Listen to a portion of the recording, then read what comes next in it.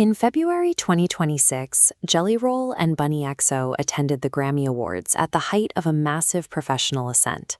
While accepting the award for Best Contemporary Country Album, Jelly Roll credited his wife with his survival, telling the audience that without her, he would have ended up dead or in jail. On May 18th, exactly 3 months after that speech, Jelly Roll filed for divorce in Williamson County, Tennessee. This was a decade-long partnership defined by radical transparency. They recorded podcasts and wrote memoirs about their darkest struggles, yet the filing arrived quietly, classifying the split as a private family matter. The transition from a public, emotionally charged partnership to a clinical legal case file is often remarkably efficient. They met in 2015 on Fremont Street in Las Vegas, before the arena tours and red carpets. Their history included a 2018 infidelity scandal and a brief separation, events they survived by committing to a public process of mutual healing. But their rapid, meteoric rise to fame subjected that repaired foundation to a whole new level of global scrutiny. Public expectations coincided with the emotional and physical strain of an IVF journey, as the couple worked with a surrogate to expand their family. In early June, Jelly Roll performed at Nashville's CMA Fest without his wedding ring. Surviving poverty and addiction builds a specific kind of resilience, but the transition to a life lived entirely in the public eye introduces an unrelenting friction into a relationship. To end the marriage, Jelly Roll cited Tennessee Code Section 36-4101. This is a no-fault divorce ground. Citing irreconcilable differences removes the requirement to present evidence of adultery in a public courtroom.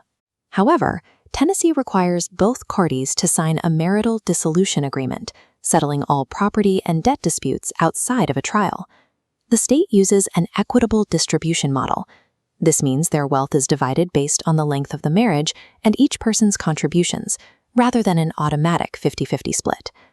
Because the children involved are from previous relationships, the couple faces a mandatory 60-day legal waiting period before the split can be finalized. For a couple who spent years sharing every personal fault, the legal system now requires them to sign a document that blames neither of them. Since the filing, both have remained silent, requesting that the details of the divorce remain a private family matter. This silence is a departure from a brand built on the monetization of their most painful personal truths. A union that began in a Las Vegas wedding chapel ends with a judge reviewing settlement paperwork. The skills developed to survive rock bottom are not always the same ones needed to maintain a partnership under the weight of global observation. No matter how passionate or public a romance is, the legal system ultimately processes the end through 60 days of waiting and a stack of standard paperwork. Now, we aren't just skimming the latest headlines here. No way. Our focus today is a deep dive on every small detail. We're looking at the legal mechanics, the brand contradictions, and the massive financial puzzle right at the heart of this split. So let's get right into it. Okay, let's dive into this, because the shock value of this news breaking on June 15th was just absolutely massive for fans. Literally hours before TMZ leaked the official divorce documents, Bunnie posted this exact lyric on her Instagram story. She was lip-syncing to Nickelback's classic breakup ballad, How You Remind Me. At the time, fans were completely confused. But looking at these words now, it was a glaring, cryptic admission of a total marital collapse. And the crazy part? They had actually managed to keep the whole thing entirely hidden from the public for almost a full month. But to really wrap your head around why this split is moving with such, calculated precision, you just need to look at one number: $27 million. That's the estimated combined net worth currently sitting on the table. By focusing on this exact figure, we instantly transition this story from everyday pop culture gossip into a high-stakes financial reality. For anyone interested in how modern wealth protection works, this matters immensely. We're talking about the dissolution of a massive corporate and media empire, and every single legal move we're about to explore is entirely built around protecting this exact fortune. Part 1, the shocking May filing. To comprehend how this is playing out, we really have to look past the social media drama and shift right to the clinical, legal reality of the paperwork originally filed in Williamson County, Tennessee. First, let's take a really quick look at their completely wild 10-year timeline. They met in Vegas back in 2015. Then, in August 2016, they had this secret spontaneous wedding at the Little White Chapel. And ironically, this was the exact same week Jelly Roll's son, Noah, was born to another woman. They actually survived a brief split in 2018 after Jelly Roll publicly confessed to a 10-month affair. They basically built their whole public brand on surviving childhood trauma, addiction, and cheating.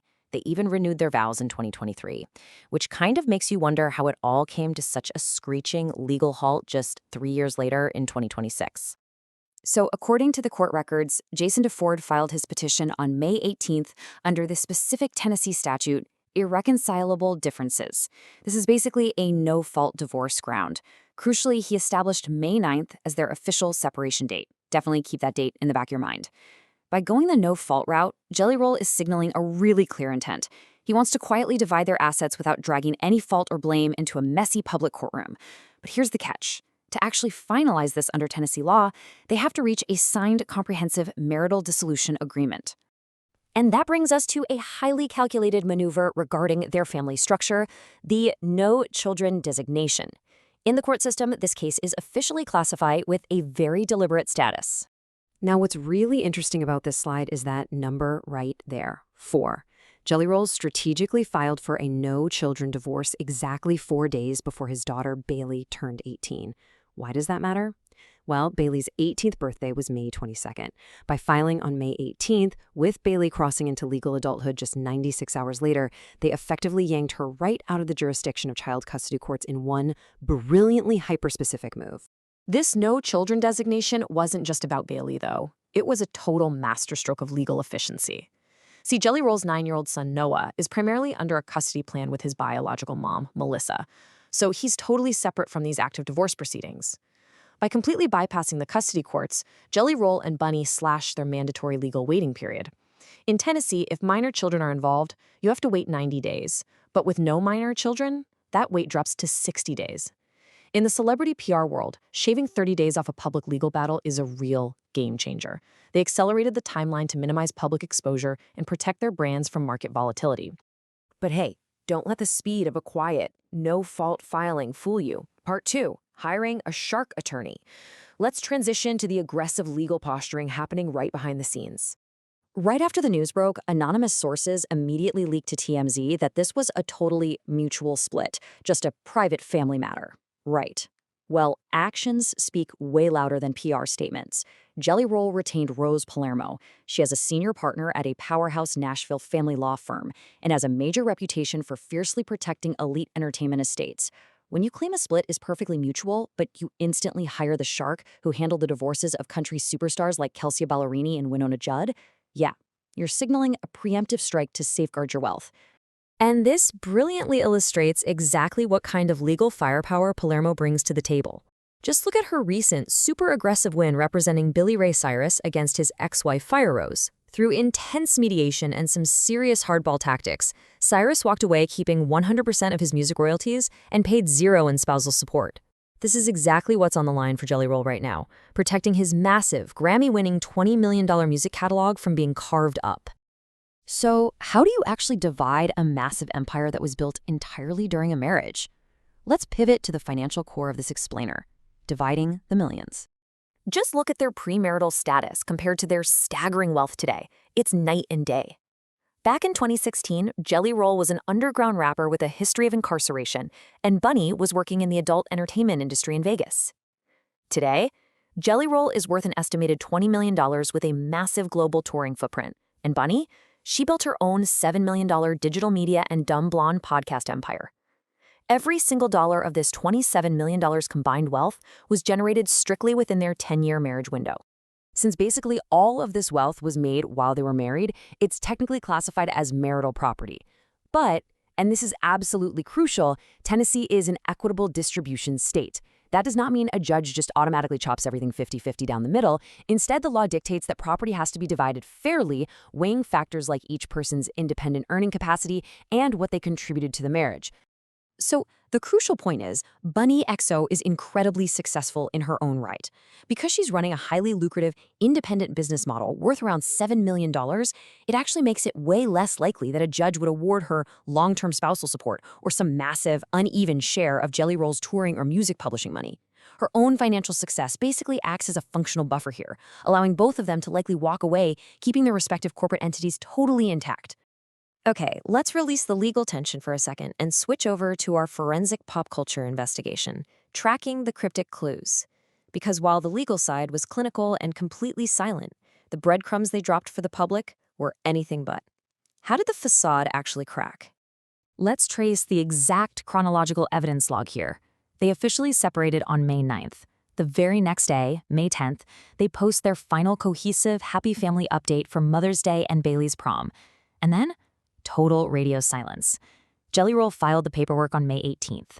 For basically a whole month, they kept this huge celebrity divorce completely hidden while Jelly Roll went out on tour. Actually, scratch that. It was his little ass shed tour at the time. It wasn't until June 15th that TMZ leaked the news, and by June 16th, the physical separation was literally visible to the whole world. But during that silent month, they left highly specific clues hiding right in plain sight. First, Jelly Roll performed at the massive CMA Fest in Nashville, and he wasn't wearing his wedding ring. Fans definitely noticed, but everyone just assumed the ring was loosed because of his incredible 300-pound weight loss. Meanwhile, Bunnie was getting extremely cryptic online. She posted J. Cole's song Power Trip, and then, literally mere hours before the TMZ drop, she posted a lingerie photo with a wildly ironic caption, "She's getting her sparkle back." Let's move to and see how this builds, because all of these clues actually point to a master plan. What we're witnessing here is a highly coordinated 3-step clinical separation. Step 1, file the paperwork quietly and get the shark attorneys in place to lock down the assets. Step 2, prepare the fanbase by dropping subtle but undeniable visual hints. Step 3, execute the physical division. And we saw Step 3 happen in real time when moving trucks literally pulled up to their shared Nashville home on June 16th, packing up belongings just 48 hours after the news broke. Which brings us to kind of a profound realization about the intersection of celebrity branding and legal reality. For years, the Jelly Roll and Bunnie Xo brand was entirely built on overcoming insurmountable odds, having radical honesty and fierce loyalty. But underneath that public narrative, high-powered lawyers and meticulous timing were being deployed behind closed doors. It really leaves us to wonder, as these two media titans move forward as highly independent financial entities, was the deeply public love story fans invested in ever really as solid as it appeared? Or, given all the past infidelities and trauma, were the warning signs of this corporate-level split there all along? It's definitely something to think about. Thanks for joining me on this explainer, and keep your eyes peeled as the fallout of this massive split continues to unfold.